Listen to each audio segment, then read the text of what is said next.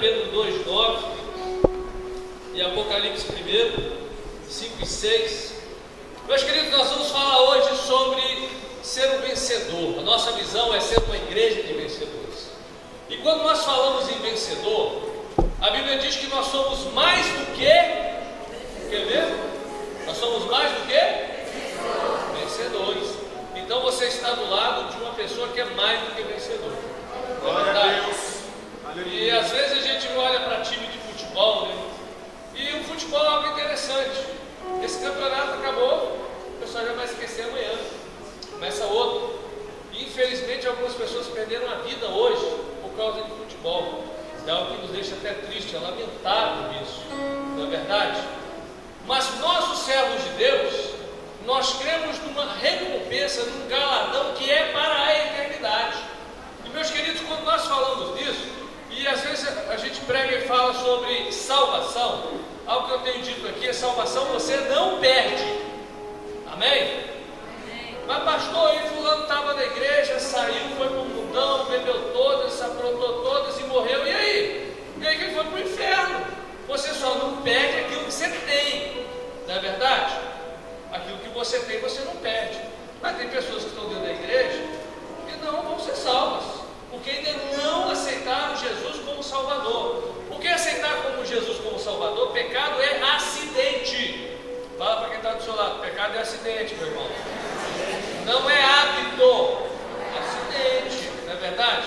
Por que nós temos um advogado? Por que nós temos um Senhor que morreu por nós? Justamente para justificar os nossos pecados. Mas é pecado o quê? Pecado acidental. Aquele que mentia não mente mais, aquele que roubava não rouba mais. Então tem que haver uma transformação na nossa vida, senão nós estamos nos enganando. Você está se enganando e perdendo o seu tempo. Você poderia agora estar em outro lugar e estar aqui perdendo o seu tempo. Então tem que haver uma transformação de vida. E nós vamos falar hoje sobre essa visão de vencedor, que é o que Jesus estipulou para nós. E vamos começar com 1 Pedro, capítulo 2. Todo mundo achou 1 Pedro? Hoje eu vou abrir junto com vocês para ver que dá para chegar junto, hein? Se você está com o smartphone, coloca no modo avião. Modo avião é quando não recebe chamada, não passa torpedo, né? É aquele modo quando você entra dentro do avião e você vai começar a viajar com o Senhor agora. Então você não precisa estar ligado em outra coisa. 1 Pedro, capítulo 2, versículo 9, diz assim a palavra de Deus. Eu já estava no 2 Pedro. Vós, porém, sois raça eleita, sacerdócio real, nação santa, povo de propriedade exclusiva de Deus, a fim de proclamardes as virtudes daquele que vos chamou das trevas para a sua maravilhosa luz. Amém? Amém. Posso ouvir um glória a Deus por esse texto? Glória a Deus. Nós vamos repetir esse texto? Vamos lá. Hein? Vós, porém, sois raça eleita, povo de propriedade exclusiva de Deus, a fim de proclamardes as virtudes daquele que vos chamou das trevas para a sua maravilhosa luz. Agora fala esse versículo para a pessoa que está do seu lado. Você vai ler para a pessoa que está do seu lado agora. Ela tem que entender quem ela é. Vai lá, repete para a pessoa.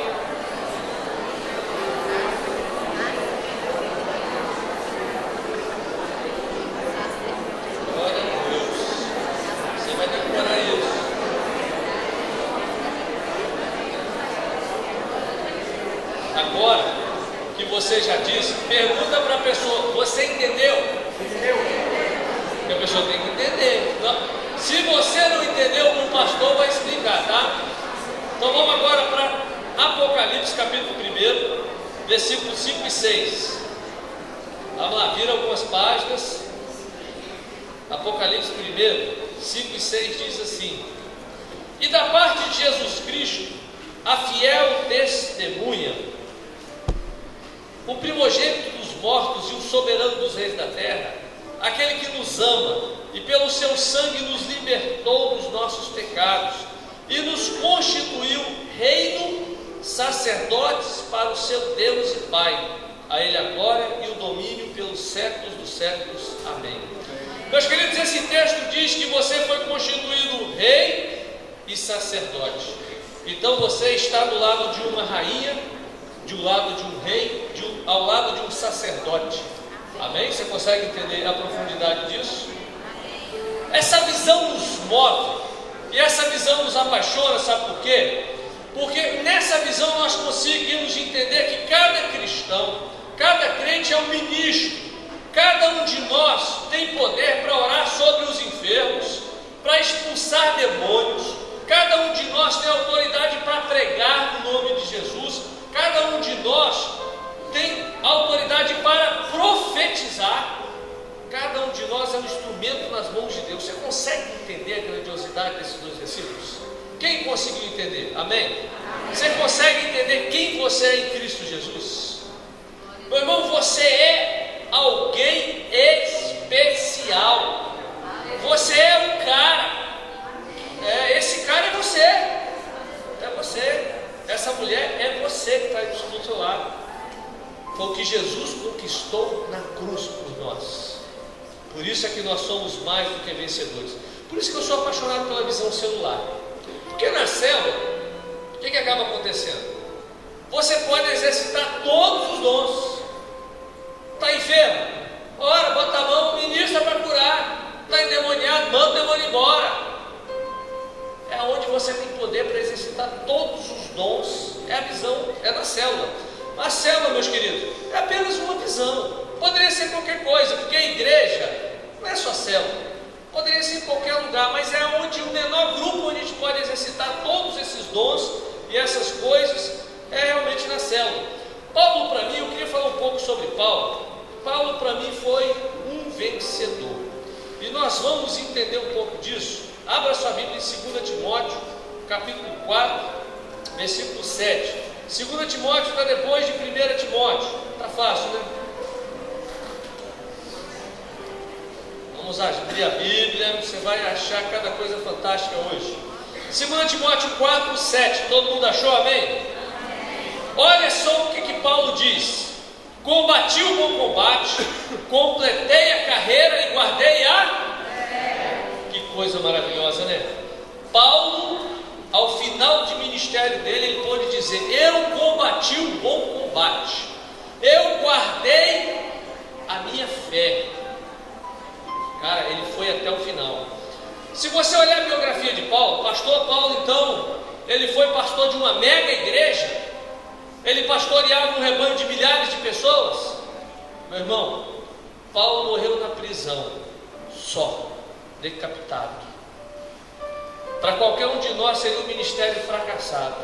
Mas, meus queridos, depois de Jesus e João Batista, esse foi o cara, foi o apóstolo Paulo. É por isso que quando a gente fala sobre vencedores, eu falo aqui que eu vou morar na Ilha do Frades do céu, e tem irmão que ri, né? Mas lá no céu vai ter recompensa. E você pode ter certeza de uma coisa: Paulo vai estar lá no topo, lá na nata, lá na elite. E eu quero estar pertinho dele lá. Você quer estar perto de mim? Amém? Pode ter certeza. Eu e Paulo coladinho ali, eu fui vizinho de porta. A gente vai fazer churrasco direto todo final de semana. Você quer também, já vai preparando a carne para isso. Mas, meus queridos, Paulo, a Bíblia diz que ele fez mais do que os outros discípulos. Olha o que a palavra diz em 2 Timóteo 4, versículo 7, que ele combateu o bom combate, guardou, completou a carreira e guardou a fé. Agora vai para 1 Coríntios 15, 10. Volta algumas páginas aí para você entender um pouco sobre a vida de Paulo. 1 Coríntios 15, 10. Mas pela graça de Deus sou o que sou, e a sua graça que me foi concedida não se tornou vã. Antes trabalhei muito mais do que todos eles. Todavia, não eu, mas a graça de Deus comigo. Paulo, ele era considerado o menor dos apóstolos. Mas a história, os historiadores dizem que Paulo, ele fez mais do que a soma de todo o trabalho dos outros discípulos de Jesus. E se você ler o Velho e o Novo Testamento, quem mais escreveu? Paulo.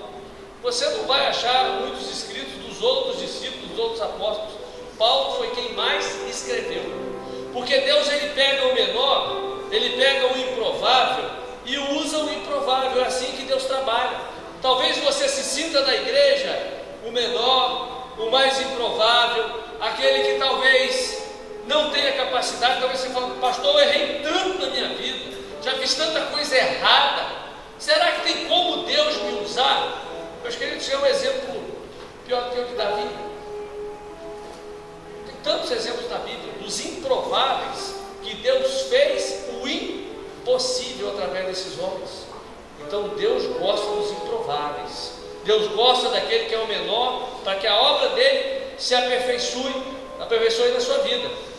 O nosso trabalho era gerar filhos. Meus queridos, você só vai multiplicar gerando discípulos, e o apóstolo Paulo é um grande exemplo disso. O apóstolo Paulo, ele ia de cidade em cidade, e ele ia pregando o evangelho, gerando discípulos, formando seguidores e abrindo igrejas, e vazava para outro lugar. Ele sempre multiplicou a vida de Deus. E às vezes você pensa: pastor, o trabalho de Paulo foi fácil. Não foi, meu irmão. Naquela época não tinha celular, naquela época não tinha e-mail, não tinha internet. Você consegue conceber o mundo sem celular, sem internet? Naquela época era assim. Não tinha estradas asfaltadas, não tinha carro. Naquela época você saía daqui para a serra, já era outro país, outra língua. Você tinha que aprender idiomas numa velocidade muito grande. Você tinha, para escrever, não tinha caneta Bic, não, nem papel Chamex para você escrever. Caderno com linha não existia. Papel tão fino, não, era rolo. Escrever no rolo, era assim que funcionava. Com tinta, com a pena, era algo difícil. E o apóstolo Paulo, ele gerou filhos, e o trabalho dele se multiplicou. E a palavra diz que ele fez mais do que os outros discípulos. Agora você imagina, os outros apóstolos de Jesus, aí nós temos que andaram com Jesus: Pedro, André, Tiago, João, Filipe, Bartolomeu, Tomé, Mateus, Tiago, Tadeu, que era Simão, e Judas. Esses andaram com Jesus, foram treinados por Jesus. 3 anos e alguns meses na escola de Jesus. E Paulo, que foi conhecer Jesus numa visão, a Bíblia diz que ele fez mais do que todos os outros juntos. Qual a diferença? Nós vamos ver porque Paulo foi realmente mais produtivo, você vai ver isso. É interessante que quando Jesus morre, ele ressuscita, sobe aos céus. Antes ele diz aos discípulos: ficai em Jerusalém para ser revestido com poder. E os discípulos ficaram, foram revestidos com poder, com autoridade, e ali eles começaram a pregar. Uma pregação de Pedro, mais de 3.000 se converteram, na outra mais de 5.000, e a Bíblia diz que a sombra de Pedro curava. Pedro, quando estava cansado, o que ele fazia? Gente, acende uma lamparina aqui atrás. Acendia a lamparina, ele ficava de pé, focava a sombra lá, o povo passava, era curado só na sombra dele. Imagina essa igreja como encheu. Se hoje alguns homens que fazem algumas curas aí suspeitas lota de gente para ver, agora você imagina o apóstolo Pedro, todos os apóstolos. A Bíblia diz que o lenço de Paulo curava.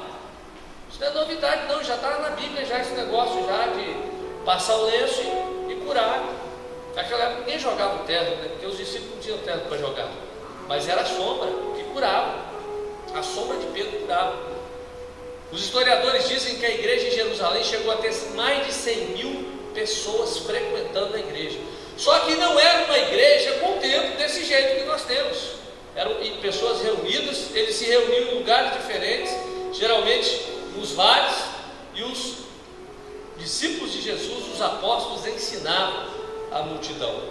Então você imagina o nível que essa igreja estava. As pessoas estavam ali, e a ordem de Jesus era que eles fizessem o quê? Que eles pregassem a palavra em Jerusalém, primeiro em Jerusalém, depois em Samaria e depois aos confins da terra. Só que o negócio começou a acontecer tanto, o milagre começou a ser tão grande, gente, era fila de cego, fila de coxo, donativos aos montes chegando para a igreja se enriqueceu. E aí, nós vamos ver os problemas que começaram a acontecer. Porque Jesus, ele disse que a nossa colheita seria 30, 60 e a 100 por um. Por isso que crente tem que gerar filhos. Amém? Você está gerando filhos, você está entendendo isso? Nós temos que gerar discípulos. Porque, gente, você está passando por essa terra. Hoje, ao vivo, nós vimos alguns passantes correndo atrás de algo fútil, que é futebol. Parece que 2 vascaínos morreram. Não vão nem ver a segunda divisão, nem assistir os jogos da segunda divisão. Vão torcer no Serrão, Redinei. Mas atrás de quem, gente? Foram brigar por causa de uma bola. 22 homens correndo atrás de uma bola, para lá e para cá. Se matam por causa disso. Prazeres momentâneos. É o sexo que o prazer é momentâneo. É o dinheiro que o prazer é momentâneo. É a droga que o prazer é momentâneo. As pessoas estão perdendo tempo naquilo que não tem valor para a eternidade. Nós temos que gastar o nosso tempo com aquilo que realmente interessa, que é a eternidade. E, meus queridos, nós somos chamados para a eternidade. E quando chegar na eternidade, o que você vai apresentar para Deus? Eu estava tão ocupado, 2 faculdades, mestrado, e estava um monte de filhos, a minha mulher teve filho e tive que trabalhar mais, hora extra. É isso aí que você vai apresentar para Deus? Você desculpa. É difícil. Mas vamos ver como era a vida de Paulo. Eu separei 7 qualidades de Paulo. Primeiro, Paulo, ele equilibrava a vida natural com a vida espiritual. Meus queridos, a igreja acontece aonde você está. Amém? Tem gente que pensa que isso aqui é igreja. Isso aqui é templo. Quando você sai de casa, eu vou à igreja, você está errando. Eu vou ao templo. A igreja pode ser no seu trabalho. Se você foi chamado por Deus para ser médico, você pode fazer igreja na medicina. Eu fui pastor de um médico, ele era pediatra, e toda semana quase ele me trazia um vidro de azeite para me consagrar. E um dia, por curiosidade, eu perguntei: rapaz, o que você faz com tanto azeite? Ele falou: pastor, eu atendo em alguns PAs. E o que acontece? Chega a mãe lá, com o filho doente, e eu pergunto: a senhora crê que Jesus cura? E geralmente eles falam que crê, né? Aí eu pego: então vou ungir o seu filho, vou orar com ele. E é o que ele fazia. Algumas não entendiam isso, e não aceitavam, reclamavam. Mas, ou seja, aonde ele estava, ele exercia o ministério dele. É assim que funciona. Você está lá no seu local de trabalho, fala de Jesus para as pessoas. Você está na faculdade, fala de Jesus para as pessoas. Pastor, eu não tenho tempo de abrir célula. Abre na faculdade, gente, na hora do recreio. Não é verdade? Lá na escola, na hora do recreio, junto um grupinho. Gente, nós somos chamados para contagiar. Para contagiar. Jesus nos compara a sal e a luz. Quando a luz chega, as trevas se dissipam. Quando o sal bate na comida, a comida tem sabor. É assim que acontece conosco. Eu tenho certeza que eles vão te chamar de doido no começo. É doido. Mas a Bíblia diz que crente é louco. Né? 1 Coríntios, capítulo 1, versículo 27, diz que o evangelho é loucura. Então é coisa de doido mesmo. Nós somos doidos. Então onde você está ali, você faz isso. Algum tempo atrás existia no Vitória um negócio chamado Vital. E na época do Vital, todo Vital, eu botava um trio elétrico na entrada do Vital. E aí o pessoal: vocês são doidos. Mas era doideira mesmo. O pessoal cheio, a gente via, eu até fotografei algumas vezes, os caras puxando uma maconha, uma cocaína, né, um pozinho, o cara ali.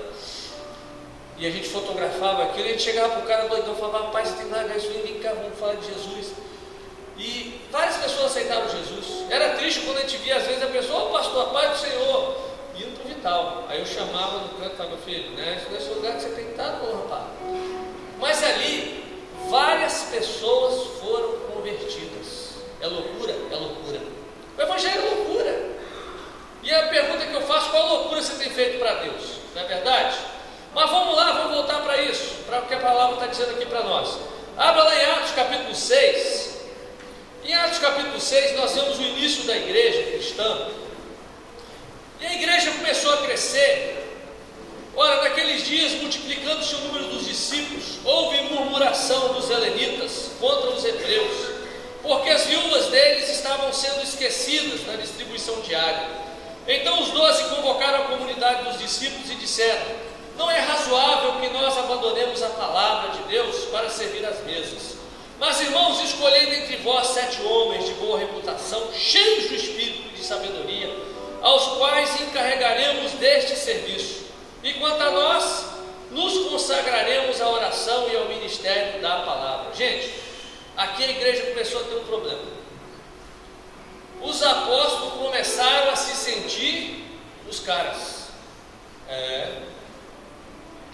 Jesus, ele foi servo até o final.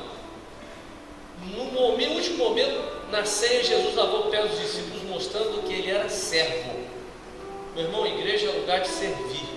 Nós fomos chamados para ser servo. Não importa se eu sou pastor, qual é o meu título, eu fui chamado para ser servo.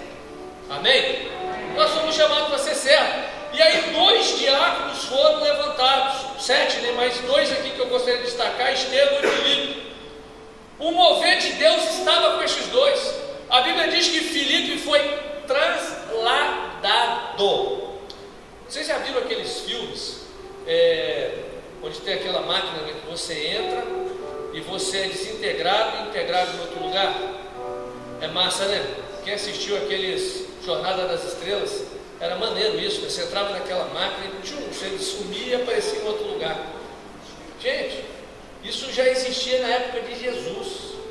Você está achando que isso é a tecnologia do futuro? Isso já estava na Bíblia já. Isso é coisa de crente. Quando você vê esses filmes, você fala: isso é coisa de crente.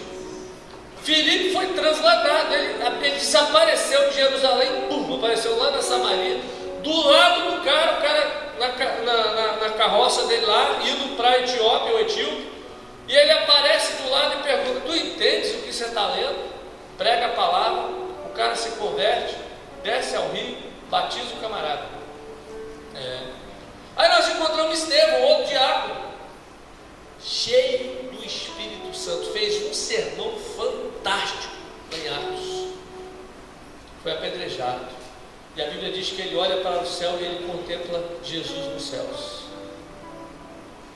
Os discípulos de Jesus perderam o foco, eles ficaram na igreja, no templo, orando e dedicando ao ensino. Mas, gente, se nós formos olhar na Bíblia, nós vamos ver alguns que faziam isso. Os fariseus só liam a Bíblia e oravam, e ficavam olhando a vida dos outros.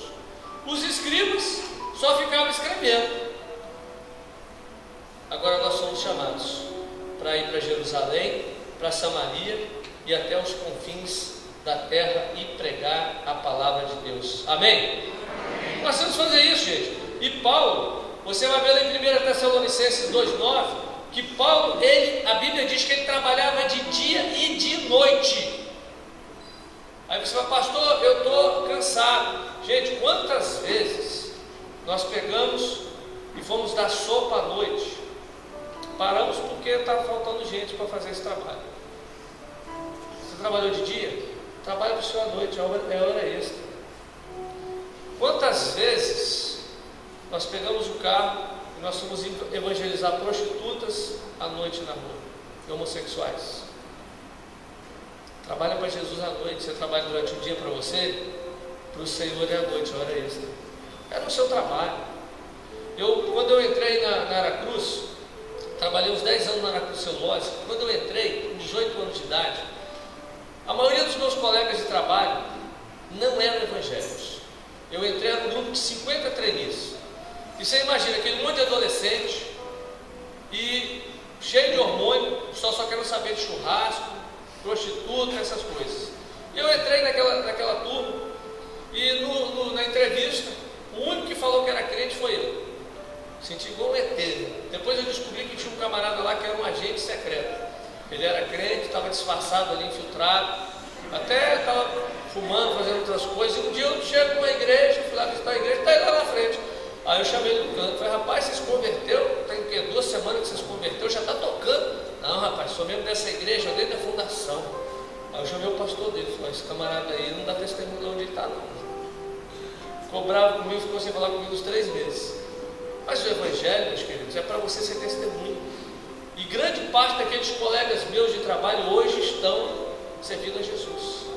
Porque eu colocava folheto no armário, eu colocava o Novo Testamento nas mesas, eu descobri um que gostava das historinhas coloridas da Bíblia, Sansão, Davi, e eu comprava um monte, e deixava, e ele ia pegando, levando para os filhos, até aquele pastor, chamava até de pastor, você tem mais daquela historinha? Eu comecei a levar para ele, algo interessante isso. E Deus nos dá a graça, fui promovido, e eu era um operador de painel, trabalhava de tudo, e todo dia tinha um momento de segurança, eram 5 minutos que a gente tinha que ler um artigo sobre segurança, que era pré-enviado para nós. E toda vez eu citava um versículo bíblico, porque a Bíblia também fala isso. Não podia ir além, porque senão ia ser mandado embora, mas a palavra ia ser semeada. E é assim que nós temos que trabalhar, meus queridos. A tempo e fora de tempo, como Paulo, nós temos que fazer esse trabalho. Você tem um chamado, você foi chamado para ser um vencedor. Outra coisa que Paulo não era judaizante. Atos 15, versículo 1, nós vamos ver aqui a igreja começando a entrar em conflito. Alguns indivíduos que desceram da Judéia ensinavam aos irmãos: se não vos circuncidardes, segundo o costume de Moisés, não podeis ser salvos. O judaísmo começou a entrar dentro da igreja.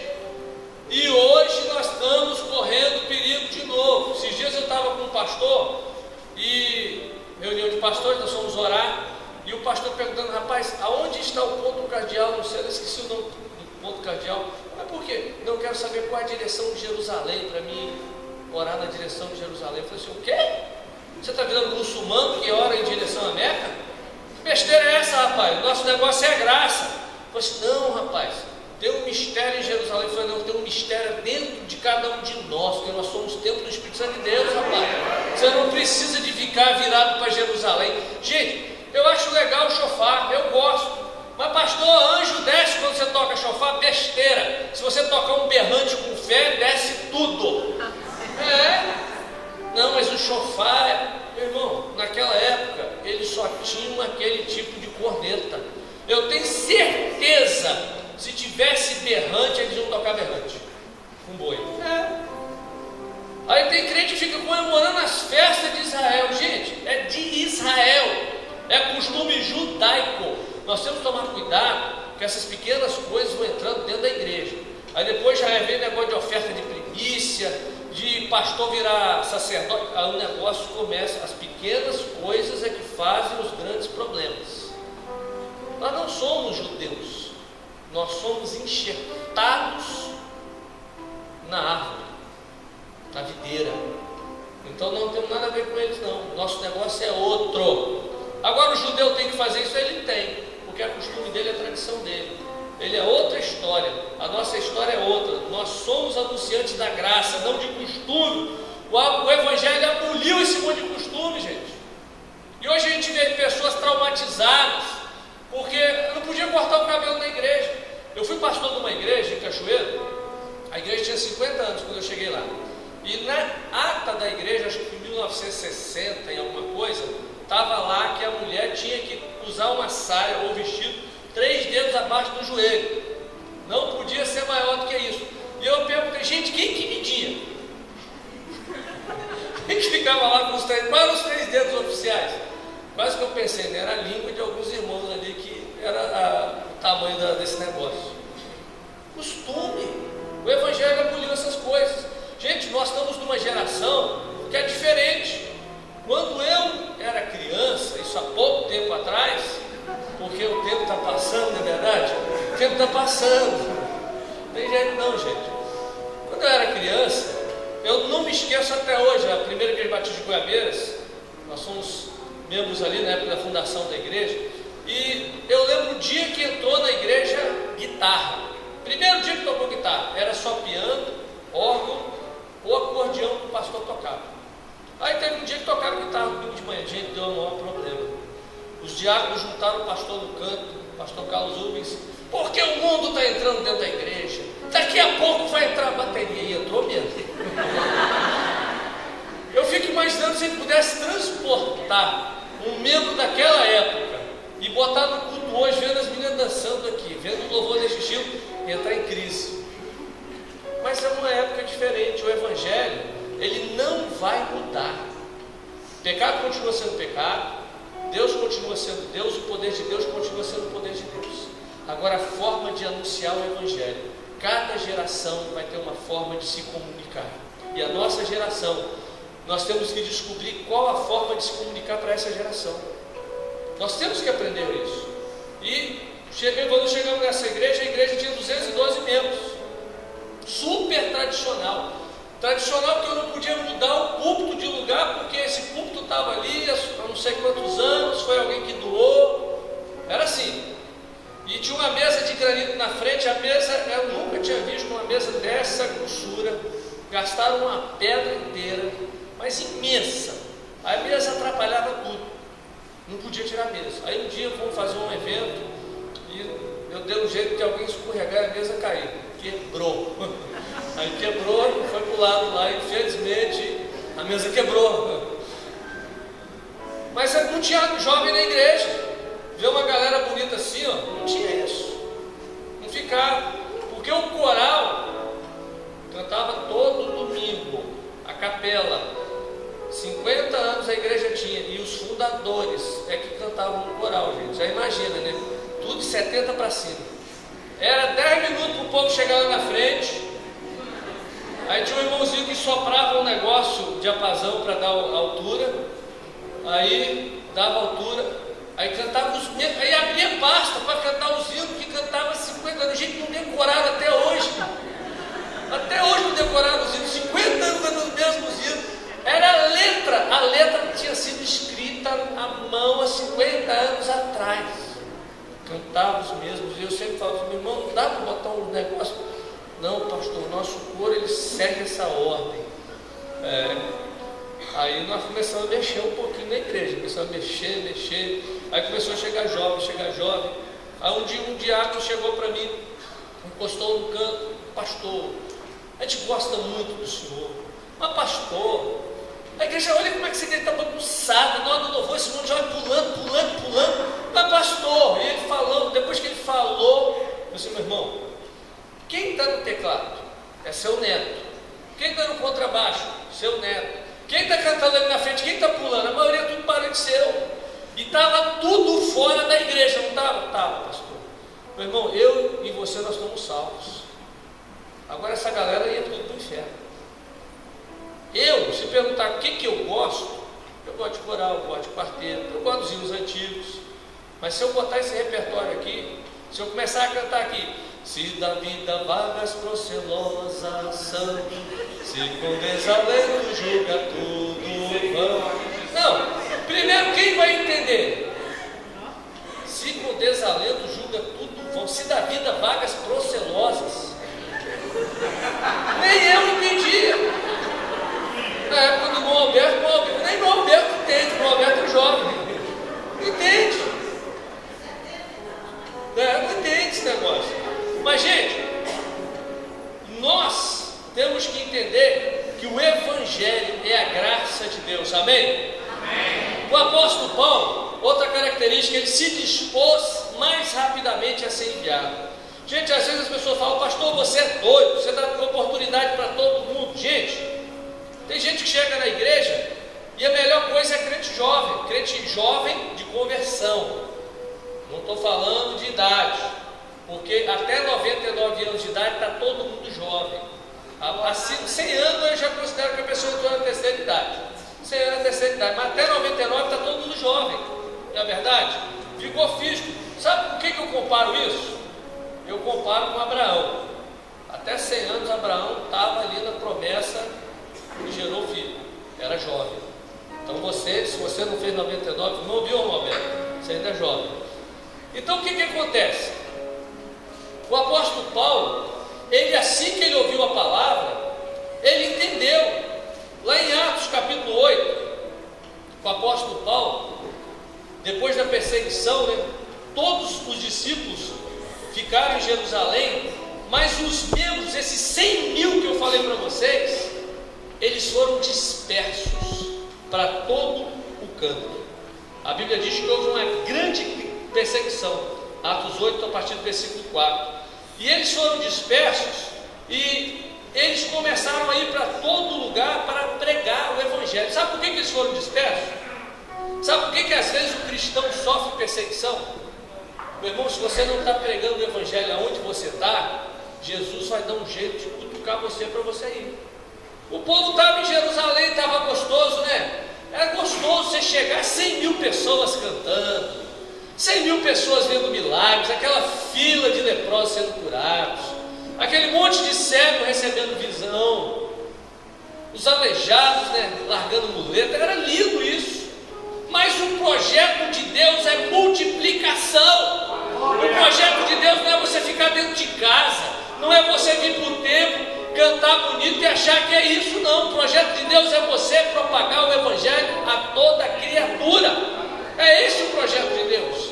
Nós fomos feitos para gerar filhos, e crente que não gera filho, Deus começa a incomodar, começa a jogar problema na vida da pessoa, porque esses problemas é para que a gente desperte. É perseguição no trabalho, é perseguição em casa, é problema com o vizinho, começa a receber problema. E quem trabalha também vai ter problema, porque quem está envolvido na obra, o diabo não está satisfeito não. Você está pregando o Evangelho, você acha que o diabo está satisfeito com você? Você está falando de Jesus, você acha que o diabo está satisfeito? Está não. Ele vai se incomodar com a sua vida e vai fazer de tudo para que você desista do projeto de Deus. Nós somos chamados para multiplicar. Quarta coisa, o apóstolo Paulo, ele possuía discípulos. Fala para quem está do seu lado, você já tem discípulos? Gente, Jesus fez, Paulo também fez discípulos. E o que a gente entende dos discípulos de Jesus é que a maioria não fez discípulo. Só Pedro, que no final foi com João Marcos. Mas Paulo sempre tinha alguém grudado nele.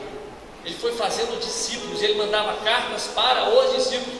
Gente, telefona para os discípulos. Se naquela época Paulo tivesse WhatsApp, gente, ele ia ter feito um grupo dos discípulos. Ele ia mandar mensagem de voz para os discípulos. Gente, tive uma revelação de Deus agora, ia gravar e pum, mandar no celular. Todos os discípulos iam pegar. Mas não tinha que mandar carta, que levava quase um ano para chegar no lugar. Verdade? Você pode ter discípulos. Pastor, não tenho tempo. Tem. Você tem tempo para olhar no Facebook? Não tem? Eu vejo lá o pessoal compartilhando, né? Entrei no ônibus. O ônibus está cheio. O motorista freou. Tem tempo para fazer essas besteiras. Tem tempo para ficar curtindo foto dos outros. É um negócio engraçado, né? Está lá 1000 curtidas. Umas bobeiras, às vezes o cara está assim, ó. 1000 curtidas. Gente, é uns negócios assim que eu paro para olhar e falo, meu Deus! Mas não tem tempo para mandar lá o meu discípulo, como é que você está? E aí, já leu esse texto? Estava lendo agora, estava lendo a carta de Paulo. Paulo disse isso. Não tem tempo para postar versículo, mas tem tempo para postar um monte de besteira. Então, discipulado potencializa. Quem não tem ministério, porque sucesso só é sucesso se tiver um sucessor bem sucedido. Repita isso comigo, vamos lá? Sucesso só é sucesso se tiver sucessor bem sucedido. Amém. Quinta coisa, Paulo compreendeu todas as implicações do Evangelho. Paulo compreendeu as implicações do Evangelho. Sabe qual é o problema? O problema é aplicar a visão. Deus nos deu uma visão. Gente, a visão que Deus nos deu não é nada exagerado. Sabe qual é a visão? Se tiver 2 ou 3 reunidos, é igreja. Você pode fazer igreja na sua casa, no seu trabalho. Pastor, tem que ficar 2 horas fazendo célula? Não, meu irmão. Se você pode fazer em 30 minutos, faz. Pastor, como é que eu discipulo? Acompanha a pessoa, lê a Bíblia com ele, ora. Gente, é isso. Não tem nada complexo, né? Pastor, tem que fazer algum estudo escatológico. Gente, na época de Jesus, aquela galera nem saber ler, sabia. E fazia a obra acontecer. Tem gente que está querendo estudar a Bíblia, entender tudo, para depois começar a fazer a obra de Deus. Está perdendo tempo. Fala da sua conversão. Não tem mensagem maior do que essa. Eu era assim, Jesus pegou minha vida e consertou a minha vida. Então o que nós Ah, pastor, eu não quero ser 12. Gente, quem que falou que eu quero ter 12? Eu quero ter milhares. Lógico, eu quero ter 12, eu quero ter milhares, mas eu não quero ficar metendo na vida de ninguém, não. Pastor, eu não quero ser discípulo, porque dizem que discípulo tem que lavar o carro do discipulador. Isso está errado. O discipulador é certo, quem tem que lavar o carro, na realidade é o discipulador, não é o discípulo não, tá? Porque quem serve é quem? Jesus não serviu, não lavou o pé dos discípulos? E ele disse que ele tinha que fazer a mesma coisa que ele fez. Tem gente que, pastor, na igreja que eu estava, eu tinha que dar um relógio caro para o meu discipulador. Gente, Jesus deu a vida pelos discípulos dele. Então o evangelho tem sido distorcido. O evangelho é lavar o pé, o evangelho é algo muito maior do que nós temos pensado, mas é algo muito simples, o entendimento do evangelho.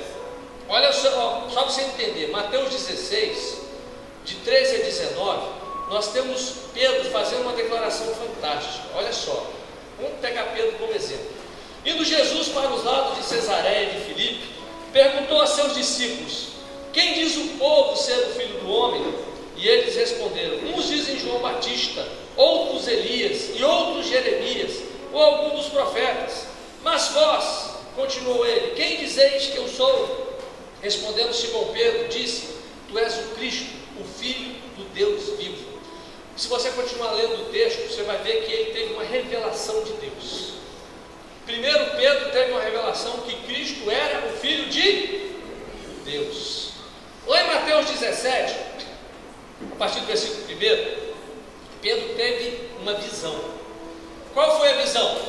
Nessa visão estava Elias, Moisés e João Batista. Não é João Batista? Deixa eu ver aqui, desculpa aqui. Eram os três que estavam diante dele. Melhor, eram Moisés, Elias e Jesus. Os três estavam ali, nessa visão, e nessa visão, Pedro estava junto. E Pedro, ele viu que Jesus, e ouviu uma voz dizendo que Jesus era o Filho de que, gente? Jesus era o Filho de Deus.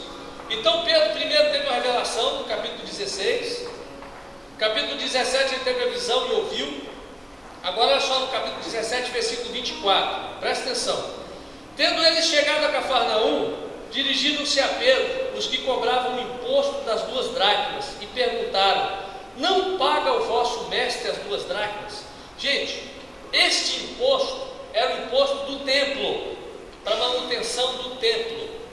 Esse imposto era cobrado de todo mundo.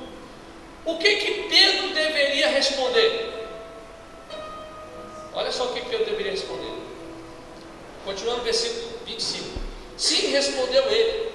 Ao entrar Pedro em casa, Jesus lhe antecipou, dizendo: Simão, o que te parece? De quem cobram os reis da terra impostos ou tributo? Dos seus filhos ou dos estranhos? Dos estranhos, foi o que ele respondeu. Jesus era o quê? Pedro tinha dito que Jesus era o quê? Filho de Deus. Ele teve uma visão que Jesus era o quê? Filho de Deus. Gente, vocês não estão entendendo não? Vamos lá. Ele teve uma visão que Jesus era o Filho de Deus. Ele teve uma revelação que Jesus era o Filho de Deus. E agora as pessoas perguntam para ele: Jesus não paga o imposto do templo? Porque o templo era de quem? Deus. Jesus era o quê? Filho de Deus. Jesus tinha que pagar imposto. Filho paga imposto na casa do pai? Não paga não, gente. Filho não paga imposto na casa do pai. Filho cobra, o imposto é cobrado dos estrangeiros. O filho não paga. Era para Pedro falar para os cobradores: o filho não paga, porque a casa é do pai dele. Que coisa, né? Aí Jesus manda ele pescar. Vai lá, tira o dinheiro da boca do peixe, paga o meu e o seu. Para ver se você entende esse negócio, Pedro. Meus queridos, a Bíblia diz que nós somos sacerdotes, mas tem crente que não exerce o sacerdócio. Tem crente que não entendeu. Alguém está endemoniado, não entendeu Marcos 16, que ele tem autoridade sobre demônios. Entendeu? Aí liga para o pastor: tem gente endemoniada aqui. Quantas vezes já recebi essa ligação? Meu irmão expulsa aí, mas pastor, gente, eu já expulsei demônio por telefone. Um outro pastor me ligou: o pastor está endemoniado e não sai. Eu falei: rapaz, manda sair que vai sair. está saindo, pastor. Então bota o telefone do endemoniado aí. Aí o demônio vai sair agora. Ele, pastor, eu vou te matar. Você entra na fila, rapaz, já tem um monte de demônio atrás. Mas no nome de Jesus, larga essa vida agora. Saiu. A autoridade está na sua vida, meu irmão. Você não precisa de pastor para isso, não. Você não precisa de pastor para orar sobre enfermo, não. Está enfermo, você tem que orar. Mas pastor, e se não for curado, aí o problema não é meu nem seu. O problema não é nosso. Nosso papel é orar pelos enfermos. Nosso papel é ministrar cura, é ministrar libertação. Se Deus te deu uma revelação, meu irmão, é de Deus, Deus te deu, você foi chamado por Deus para isso. Então nós temos que colocar essa visão em prática. Paulo não teve problemas com isso. Teve não.